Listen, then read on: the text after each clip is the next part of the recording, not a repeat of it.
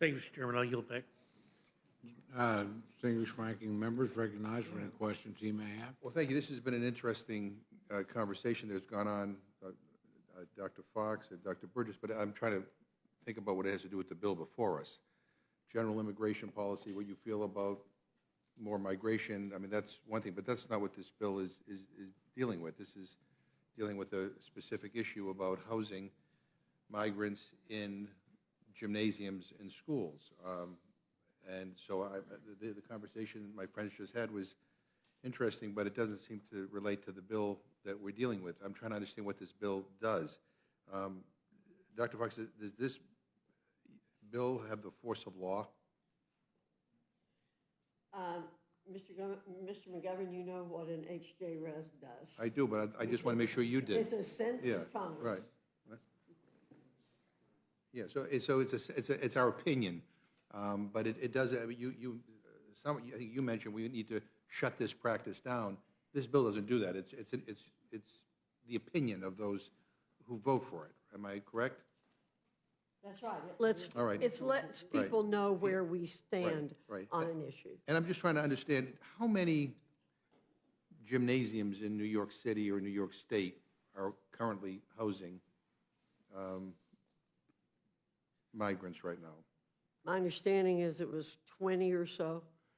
Well, I don't know in other places how many. No, the other reason why I'm a little bit confused is I'm reading from your report that the majority prepared. And it says here, it talks about in New York City, while a community outcry ultimately put a stop to New York City's plans. I'm trying to understand, does that mean it stopped, or is it still ongoing, or? I think they announced they wanted to do it, and then there was an outcry in the So community. right now, at least in New York City, because this is focused on New York City, I'm just trying to understand, is it your view that at this moment that no schools in New York City are doing this? I don't know for certain that that's the case. I know, but we're bringing a sense of Congress resolution to the floor decrying a practice that we want to end that may. But we don't want it to happen in the future. Well, but this doesn't do anything to prevent anything from happening in the future. I mean, this just basically, as you admitted, is a sense of Congress resolution, which is nothing more than our opinion. But who cares? But that doesn't mean that we could not do something after that. We could do anything. I just want to establish that this bill does nothing. I just want to make sure that I'm clear on this. That this bill does nothing. Mr. Scott, do you have any?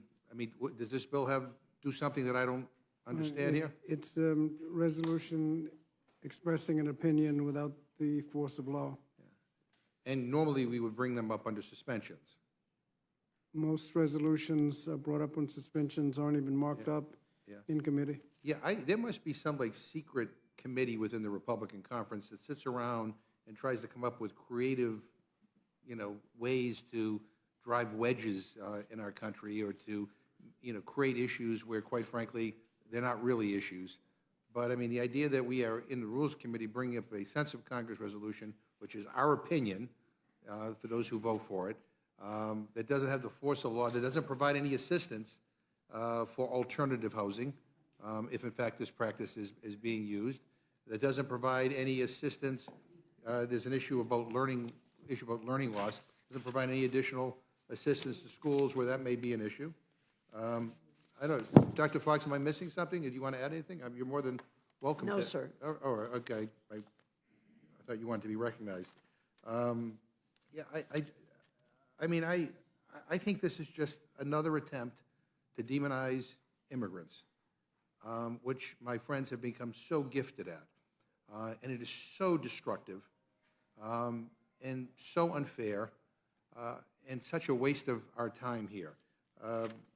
I'm trying to also, I mean, as I pointed out in my opening statement, Ranking Member Scott has also pointed out, I mean, we do have a problem when it comes to school safety with regard to guns. And silence on the other side. I shouldn't say silence. Last week we moved forward on a bill that would make it easier to kill people for people who want to do harm to students and to others in this country. I don't even, I mean, this is kind of a big nothing burger, with the exception of the fact that it adds to this anti-immigrant climate, which has been so destructive. It's not about a solution. It's about beating up on people. In many cases, people fleeing violence that none of us can possibly imagine.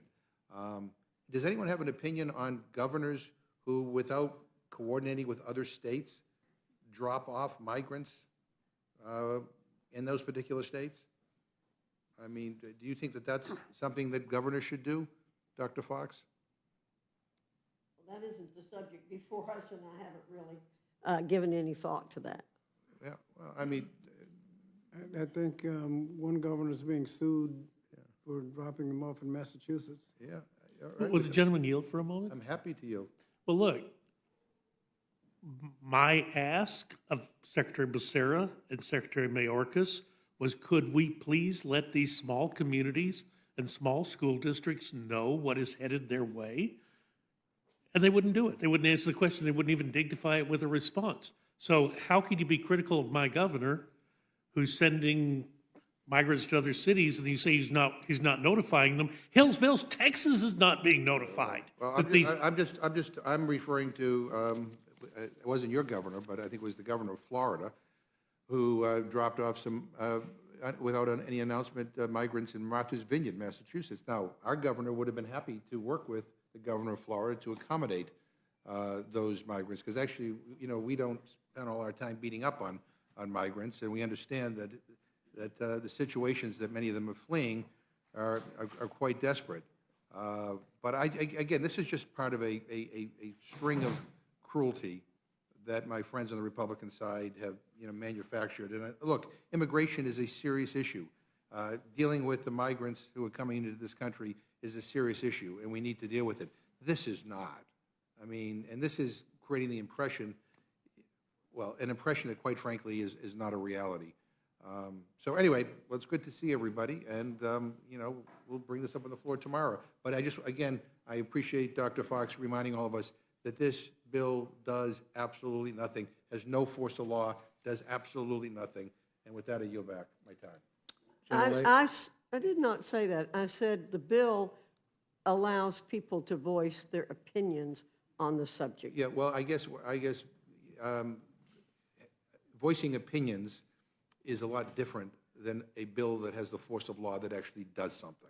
Well, there's a hell of a lot of voicing of opinions in this committee every day. Well, I regret the fact that our side doesn't take up the lion's share of the voicing of opinions. But the bottom line is, this bill does nothing. I yield back. Gentlelady from Minnesota is recognized for any questions she may have. The chair now recognizes the gentlelady from North Carolina, Dr. Fox. Thank you, Madam Chairman. And I will follow up on Mr. Grossman's comments. Mr. Badarocco, what are the dangers of problems associated with consuming CBD products that may contain widely varying levels of intoxicants? I mean, with children having to go to the emergency room, which is reports that I referenced to that we're starting to get now. I mean, it can add to agitation, increased heart rate, nauseous, unconsciousness, things of that nature. There was a report just yesterday from Covington, Kentucky, of a 10-year-old, I think that was the age of the individual, who bought a gummy bear, which turned out to be a THC Delta-8 gummy bear treated, and it had 10 dosages in it, and the child consumed it, and of course went to the ER and was experiencing many of those symptoms that I had just described. And I'm finding this across the state. I was going to follow up about children, so thank you for covering that in your answer. Why doesn't the Drug Enforcement Agency go after intoxicating CBD products that are synthesized from legally grown hemp? Well, I think it's, you're seeing kind of a mixed bag from the court system. I know the Ninth Circuit said that Delta H is a derivative of hemp, so therefore it's illegal. A Kentucky court has also expressed that opinion as well. legalizing Delta-8 in the state of Kentucky. So it's other than that, there's really no direction or regulatory framework to use, because under 2018, the Farm Bill under 2018, where it's a derivative of hemp, it's being treated as legal. So can the average person tell with any confidence if a CBD product contains intoxicants? Not really, no, not right now, not without having a specific labeling of what exactly is in the substances. Part of the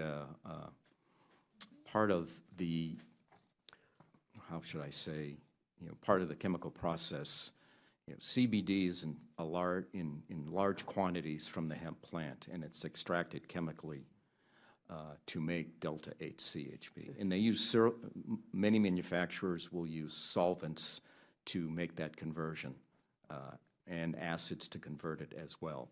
Thank you. Mr. Miller, we know the FDA has not been regulating hemp-derived products, but has the FDA engaged in any meaningful enforcement? No, the only enforcement actions they've taken so far are sending warning letters.